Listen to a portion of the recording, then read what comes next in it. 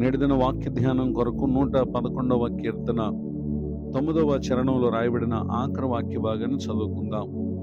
ఆయన నామము పరిశుద్ధమైనది, పూజింపదగినది. చదవబడిన ఈ వాక్య భాగంలోని దీవెన నా ప్రియులకు మీరందరూ పొందుదురుగాక. వాక్య ధ్యానం కొరకే ప్రార్థన. ప్రేమ కలిగిన మా తండ్రి, మీకు వందనాలు. నేడు చదవబడిన ఈ వాక్య భాగం ద్వారా నాతో విను మా ప్రియులతో మాట్లాడి మమ్మల్ని దర్శించమని యేసుక్రీస్తు నామములో ప్రార్థిస్తున్నాను తండ్రి, ఆమెన్. చదవబడిన ఈ వాక్య భాగంలో ఇక్కడ కీర్తనకారుడు సర్వజీవులను సృజించినటువంటి జీవము కలిగిన దేవుడు, ఆయన పరిశుద్ధుడని, ఆయన పరిశుద్ధుడు గనుక ఆయన నామము పూజింపదగినదని ఇక్కడ తెలియచేయటను మనం గమనించగలం. అనగా ఆయన మాత్రమే ఆరాధింపబడుటకు యోగ్యుడై ఉన్నటువంటి దేవుడు.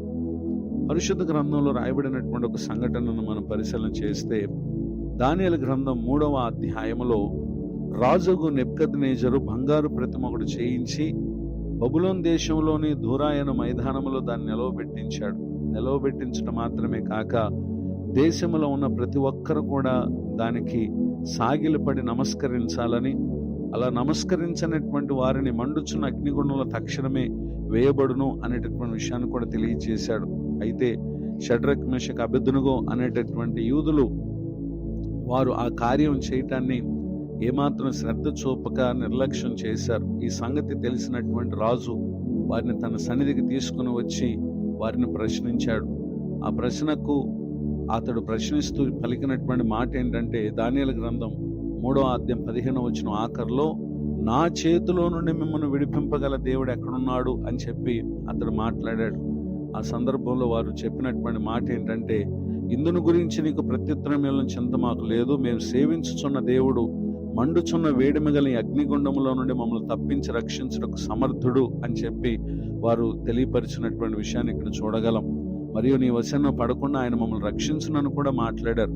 ఈ మాటలు విన్నటువంటి రాజు అత్యాగ్రహం నొంది ఆ గుండము ఎప్పటికన్నా అతడు 7 అంతలు వేడిమి చేసి బలిష్ఠుల్లో కొందరిని పిలిపించి వారిని అగ్నిగుండములో విసిరివేయుటకు పిలవగా, విసిరివేయుటకు వచ్చినటువంటి వారు అగ్ని జ్వాలల చేత కాల్చబడి చనిపోయారు. కానీ వేయబడినటువంటి వీరు ఆ గుండములో బంధింపబడిన వారే వేయబడ్డారు. కానీ బంధకములు లేక వారితో పాటు 4వ వ్యక్తిని చూస్తున్నాడు ఈ రాజు, వారి అగ్నిగుండములో సంచరించుటను.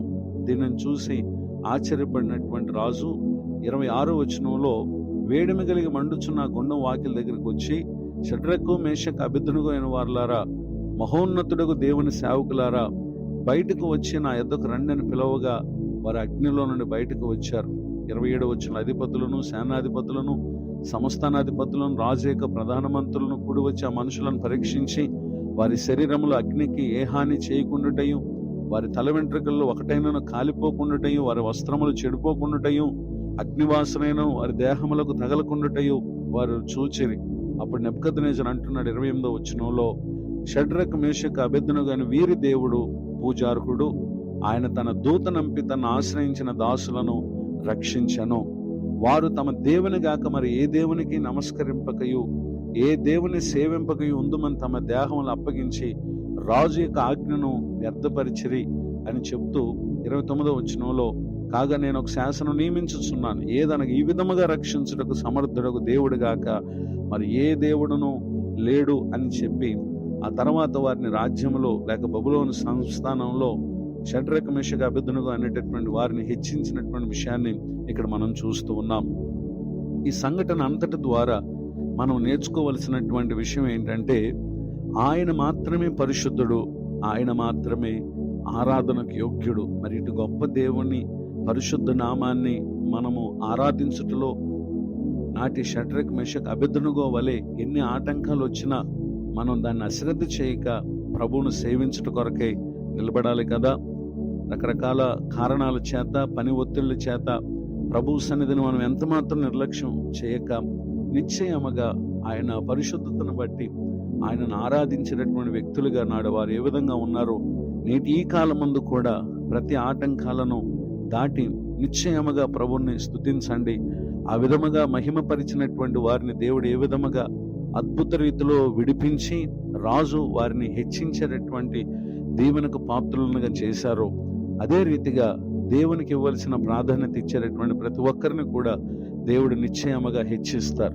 ఆయన అశ్రద్ధ చేసేటటువంటి వారు ఆయన అనుగ్రహించేటటువంటి దీవెనలు కోల్పోతారు. కానీ ఎందరైతే ప్రభుని మహిమపరుస్తారో నిశ్చయముగా దేవుడు వారిని హెచ్చిస్తారు. ఇటు దీవెనలకు నా ప్రియులకు మీరు పాత్రలు కావాలని హృదయపూర్వకంగా కోరుతూ ఈ మాటలు ముగిస్తున్నాను. ప్రార్థన. ప్రేమ కలిగిన మా తండ్రి, మీకు వందనాలు. నేడు విన్న ఈ మాటల ద్వారా మిమ్మలను గణపరిస్తే నిశ్చయముగా మమ్మల్ని హెచ్చించేటటువంటి దేవుడు ఎన్నావు. ఇటు దీవెనలకు మా ప్రియులందరూ పాత్రలుగున్నట్లుగా సహాయం చేయండి. దైవజనులను, వారి కుటుంబాన్ని, సేవా పరిచయం దీవించండి. కృంగిన వారిని, దుఃఖితులను, వేదనలో ఉన్న వారిని ఆదరించండి. మరి ఒక నూతన సంవత్సర దయాకిరీటాన్ని నిధనం పొందిన మా ప్రియులను కూడా దీవించమని యేసుక్రీస్తు నామములో ప్రార్థిస్తున్నాను తండ్రి. ఆమేన్. తండ్రి, కుమార, పరిశుద్ధాత్మ దేవుడితోడే నడిపించును గాక. ఆమేన్.